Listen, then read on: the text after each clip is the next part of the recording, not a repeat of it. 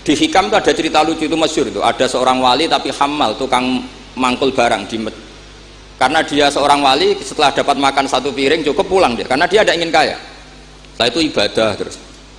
Lama-lama matur, ya Allah saya ini seorang wali, konsentrasi saya hanya ibadah, ngapain harus kerja jadi hamal, tukang manol? Mbok kasih rezeki yang tanpa saya kerja. Singkat cerita sama Allah ditakdir dicurigai maling, terus dipenjara. Di penjara tiap pagi dapat makan, sore dapat makan. Terus tanya, ya Allah kenapa jadinya gini? Kan kamu minta rezeki tanpa kerja. Ya di penjara itu gitu. Nah, makanya semenjak itu wali-wali itu nggak berani doa karena sekali salah itu masalah. Termasuk doa minta jadi wali itu efeknya punya istri cerewet kata Gus Zafur. Karena itu satu paket katanya.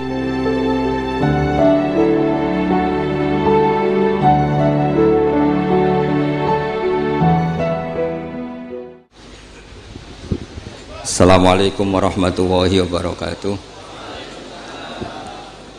Bismillahirrahmanirrahim. Alladzi nazzala al-furqana ala 'abdihi liyakuna lil 'alamin nadhira. Allahumma shalli wa sallim ala sayyidina maulana Muhammad wa ala alihi wa sahbihi asma'in, nama ba'du. Al-Mukarram sedanten keluarga besar Kiai Haji Hamid bin Abdillah bin Umar, wabil khusus paman kawula Kiai Haji Idris, ingkang kula hormati Kiai Haji Agus Ali Masyuri, Gus Zafur, Gus Sipul sedanten mawon ingkang kula hormati para hadirin. Ini nanti mungkin ada 3 audisi yang diperlombakan Mbak Idris.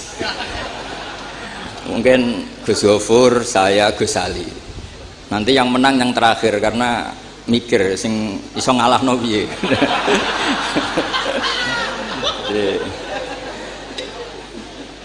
Yang kasihan Gus Zafur karena pertama, jadi saya bisa gasap ilmunya nanti. Begini, kecil saya itu sering sowan Pak Hamid karena memang sepupu mbah saya. Dalam catatan nasab mbah saya kandung namanya Fatimah binti Kholik bin Umar, tapi sepuh-sepuh namanya tidak Kholik tapi Idris. Kayak Mbah Hamid ini nama kecilnya itu Abdul Mukti. Jadi di keluarga saya biasa ganti nama. Dulu kecil saya orang manggil Udin, jadi kok bakul bakso. Lama-lama setelah agak-agak alim tuh Bamun manggil saya itu Bahauwah dulu. Saya pernah diganti Bamun Bahauwah. Lama-lama mungkin terlalu sakral, terus tengah-tengah itu Bahaudin. Begini, dulu saya pernah cita-cita jadi wali karena punya penambah wali. Karena kecil saya itu sering dijak sowan Pak Hamid. Setelah agak besar kok prosedurnya kok agak sulit gitu. Terus jadi tidak ingin ya. Tapi tadi kata Gus Zafur, sementing pernah nempati tempat yang dipakai wali. Tempat ini pernah dipakai Mbah Hamid. Insya Allah nasib kita kayak Nabi Zakaria, karena takbirnya hunalika, di tempat itu. Begini, jadi saya akhirnya nekuni ilmu itu di sarang. Yang jelas begini, sebelum hadirin tahu banyak, tradisi keluarga saya itu menghafal Quran. Dulu bapak saya Kiai Haji Nur Salim Al-Hafidh setiap kesini itu diminta Mbah Hamid baca Quran di kamarnya. Jadi bapak saya itu kecelok ponakan mantu. Saya dengan Mbah Hamid itu nasibnya sama. Jadi Mbah Umar itu punya istri namanya Maimunah, itu mbak kandungnya Mbah Bedowi. Sama seperti Mas Arwani, semua yang di sini itu keluarga semua, keluarga Lasem. Tapi kesini tidak penjajah karena Mbah Kusairi ya sudah di sini. Tidak kok terjun bebas, tidak ada yang bawa itu. Saya teruskan, nah, cita-cita kecil saya itu ingin jadi wali. Lama-lama kok syaratnya itu repot tuh. Karena idola saya itu Mbah Hamid Pasuruan, kebetulan wali yang jalur sulit. Kalau wali jalur jadab itu gampang, ibu-ibu rada aneh-aneh itu clear sudah. Itu lebih gampang. Itu. Tapi Mbah Hamid ini kan ma'ruf bil ilmi karena beliau pernah ngaji di Mbah Khalil Harun di Kasingan, tapi gak lama, yang paling lama di Mbah Dimyati Termas. Beliau lama sekali ngaji di Mbah Dimyati Termas, bareng Mbah Limaksum, bareng Mbah saya, Mbah Sidik, terus bareng banyak. Kita tahu Mbah Dimyati Termas adalah adik kandung Kiai Mahfud At-Turmusi. Kiai Mahfud bin Abdullah bin Abdul Manan. Abdul Manan ini adalah awaluman lazama min ahli Jawa, mulazamah di Sayyid Az-Zabidi, Sahibul Ithaf, yang mengarang kitab Ithafus Sadat Al-Muttaqin. Itu murid mulazimnya itu orang Jawa, namanya Abdul Manan. Terus beliau punya anak namanya Abdullah, punya anak Mbah Mahfud, yang pada akhirnya jadi gurunya Mbah Hasyim siapa? Asy'ari. Mbah Mahfud ketika di Jawa, memang cerita wali itu syaratnya harus cerita grup. Ada grup WA wali itu ada, mulai dulu itu ada. Jadi wali itu syaratnya harus punya grup. Karena untuk legalitas wali itu harus disahkan wali. Nggak boleh wali diangkat menteri agama, Gus ya. Nggak boleh, Gus. Nggak boleh, kata beliau nggak boleh wali diangkat menteri agama. Yang angkat harus ketua wali. Ini Gus Ali seneng kalau nggak boleh. Jadi harus punya grup. Kenapa harus punya grup? Karena syarat kebenaran itu harus disepakati, harus konsensus bena ahli haq. Kalau NU menamakan ahwa ahlul halli wal aqdi. Kenapa demikian? Ada standarnya. Dulu Kiai Hamid itu ma'ruf ngaji Badim itu malah kitab Jamul Jami', kitab paling ruwet. Makanya alhamdulillah nggak banyak peminatnya. Karena sesuatu yang ruwet nggak perlu diteruskan. Jamul Jami' itu kitab yang saya dulu pernah ngaji Mbah Mun, abahnya Gus Zofur itu khatam. Itu ngaji itu lama sekali karena memang nggak bisa cepet-cepet, karena memang harus mikir. Setelah saya ngaji Jamul Jami', ngaji Lubil Usul, karena Kiai Mahfud itu al-usuli. Nah ini kaitannya dengan kewalian Pak Hamid. Nanti kamu bisa daftar lewat jalur ini, jalur saya ini nanti.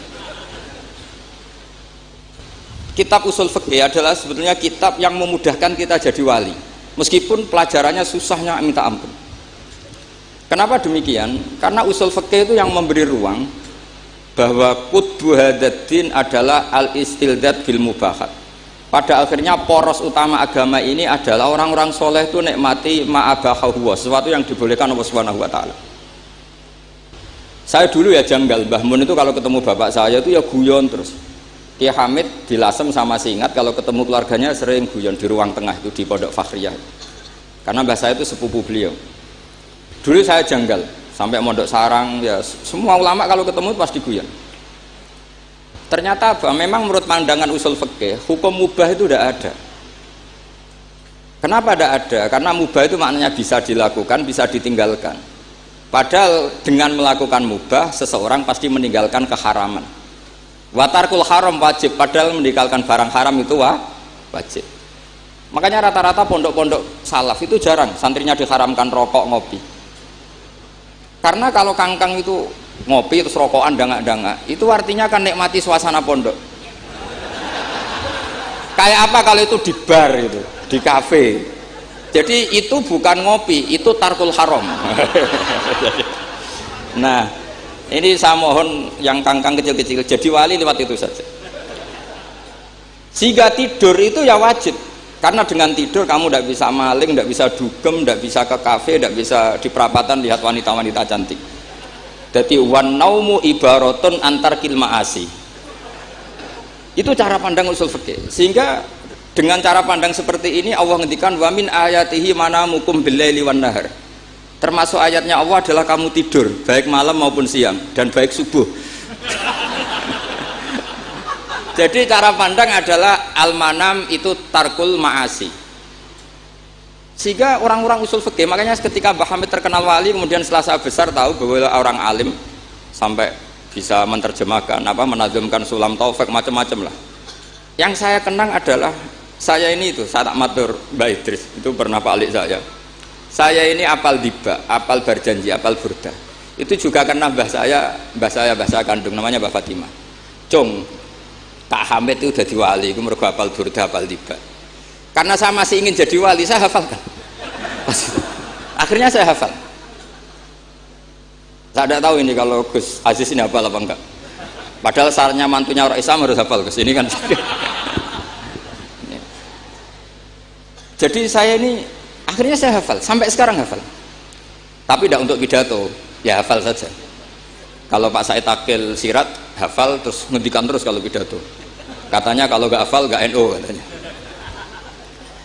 Begini, saya ini termasuk pengagum wali-wali alim.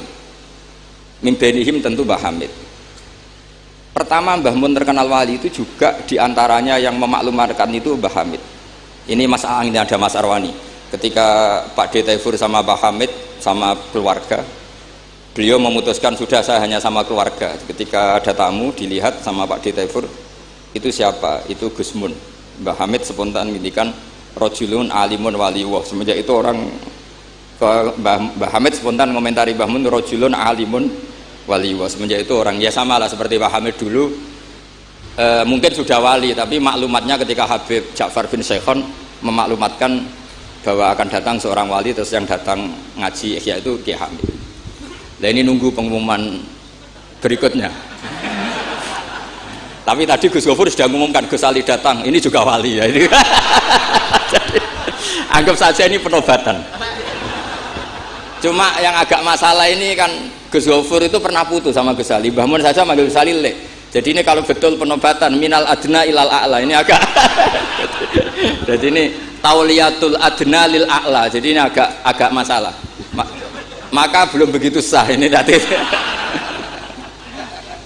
Atau kalau sah ya tanpa penobatan itu memang sudah wali itu. Jadi ini begini, saya minta supaya pendaftaran wali itu lewat jalur ilmu saja. Saya punya sekian cara untuk Anda menjadi wali, dekat Allah. Maksudnya wali itu dekat Allah. Tentu tidak akan sekali berbah hamid, sudah itu tidak sopan. Ingin sekali berbah hamid itu tidak sopan. Jadi wali yang biasa-biasa saja. Saya pernah baca hadis di Musnad Ahmad. Suatu saat Rasulullah itu kelihatan ceria sekali. Oh, monggo Gus Idrar, monggo. Gimana Gus Idrar?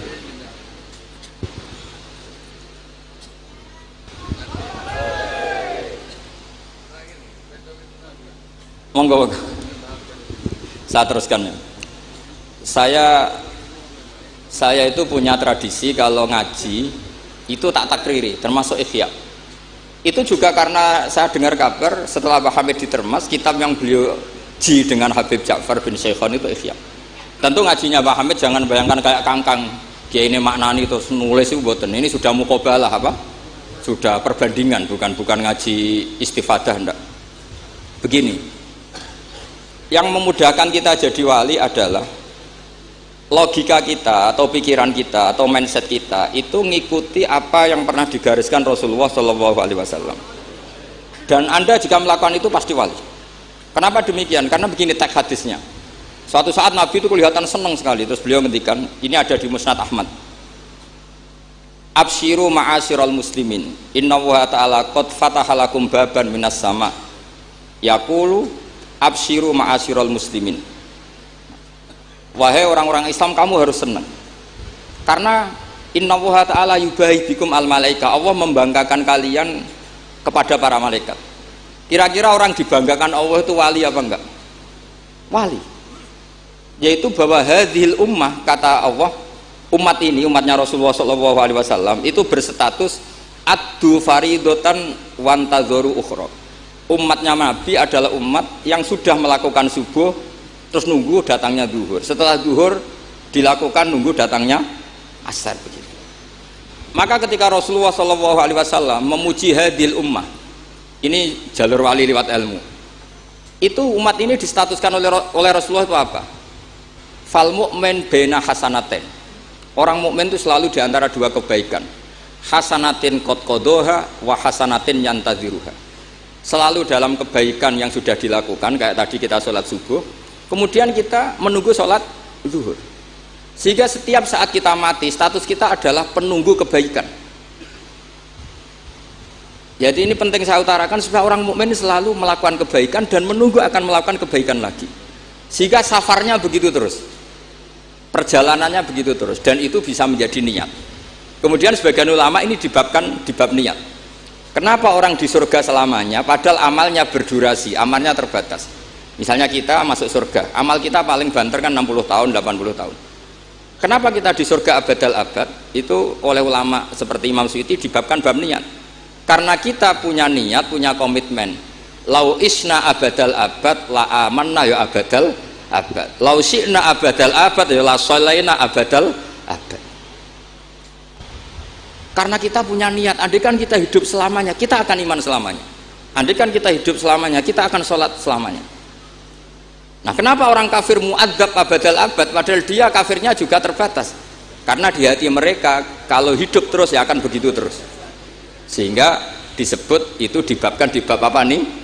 Niat. Nah, orang mukmin barokahnya ada istafet tadi, habis subuh ingin asar, duhur ingin asar. Selalu perjalanannya dari estafet melakukan kebaikan menuju estafet kebaikan yang lain.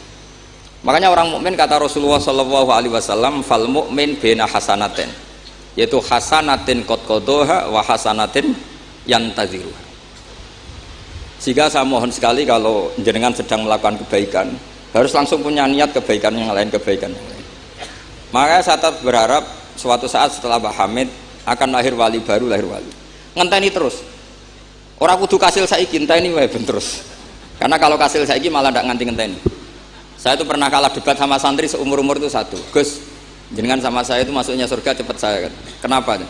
Kata Rasulullah, man salaka thariqan yaltamisu fihi ilman sahalallahu lahu thariqan ilal jannah. Itu yang masuk surga itu yang masih mencari-cari. Kalau jenengan sudah ketemu itu enggak masuk hadis itu. Wah, kurang ajar betul itu orang itu. Jadi itu syaratnya harus masih mencari. Kalau sudah ketemu itu tidak masuk hadis itu karena sudah ada yaltamisu fihi ilman.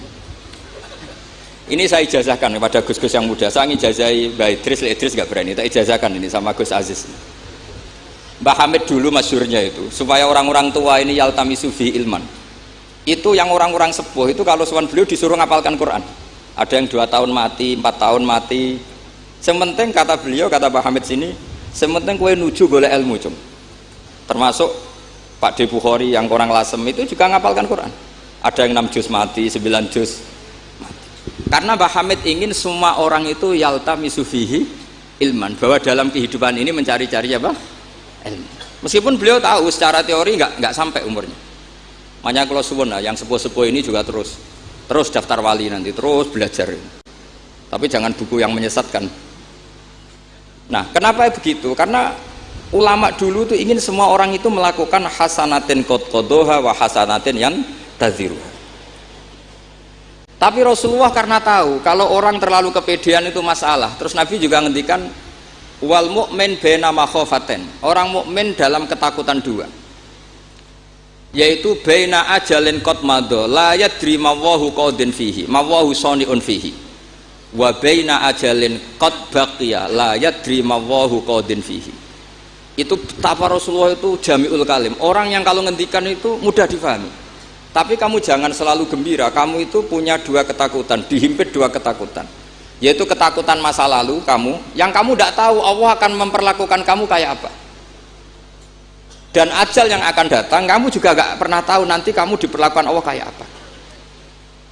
Makanya terus ulama-ulama kalau ngarang itu biasanya dibabkan kitabul khaufi war roja. Jadi rojaknya karena al-mu'min baina hasanatin, yaitu hasanatin qad qadaha wa hasanatin yantaziruha. Tapi juga al-mu'min baina makhafatin, baina ajalin qad madha la yadri ma wallahu saniun fihi wa baina ajalin qad baqiya la yadri ma wallahu qadin fihi. Sehingga orang Islam semuanya stabil, ada khauf, ada roja. Dan itu lagi-lagi di kitab Ihya, kitab yang dimulazamai Mbah Mun, dimulazamai Mbah Hamid. Saya sampai sekarang masih terus belajar Ihya. Nak ra iso yo ngerpek. Saya sampai sekarang masih ngerpek kitab Ithaf itu. Karena saya punya Ihya itu 4 kalau nggak 5. Cetakan Toha Putra, DKI, Darul Hadis Al-Qahirah. Saya biasanya kalau kitab induk punya sampai 4 sampai 5. Nggak tahu kalau ibu induk nggak tahu itu punya, nggak tahu saya. Pokoknya kalau kitab induk itu saya punya sampai 4. Karena sering salah cetak. Kenapa dulu sering salah cetak begini? Kalau seorang ulama ngarang ditungguin muridnya. Imam Bueti nulis, Imam Buzani nulis, Imam Robi nulis. Mungkin karena Imam Syafi'i ngendikan misalnya yas tasfid, mungkin yang satu nulis pakai shin, yang satu nulis pakai shod.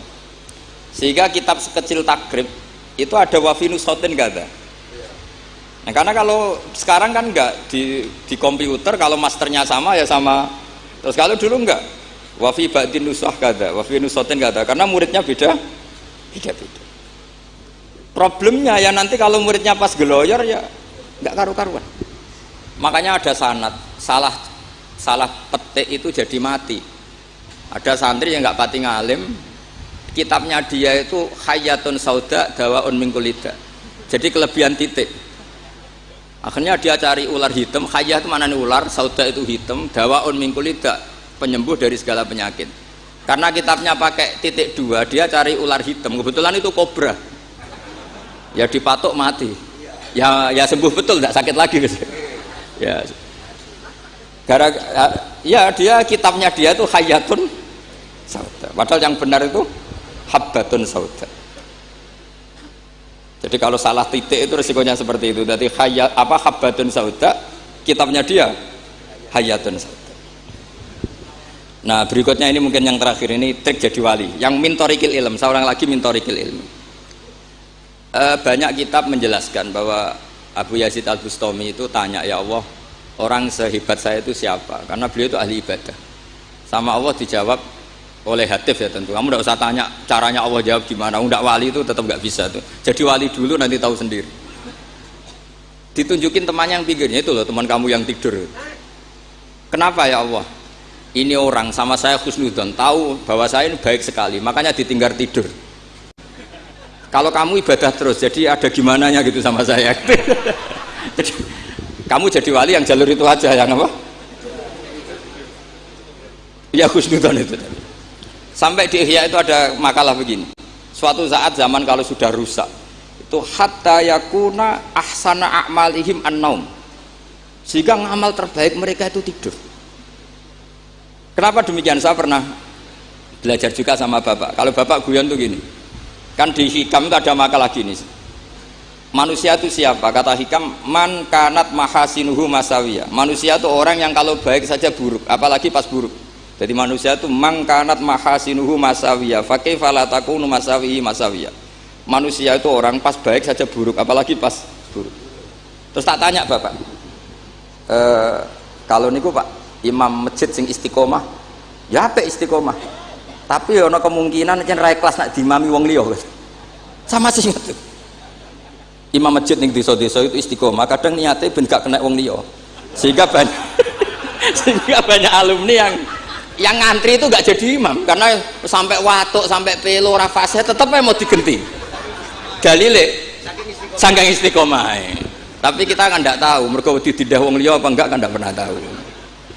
Jadi manusia itu mangkanat mahasinuhu masawiyah fakih falatakunu masawihi masawiyah. Nah begitu juga misalnya orang alim, saya ini kata orang banyak itu alim baik kan, tapi akhirnya nggak sopan. Saya di atas Gus Zofur, di atas Gus Ali ini kan nggak sopan. Makanya tak jamin ini nggak lama-lama. Karena nggak sopan itu nggak boleh lama-lama gitu. Jadi orang itu apapun baiknya itu pasti ada sisi.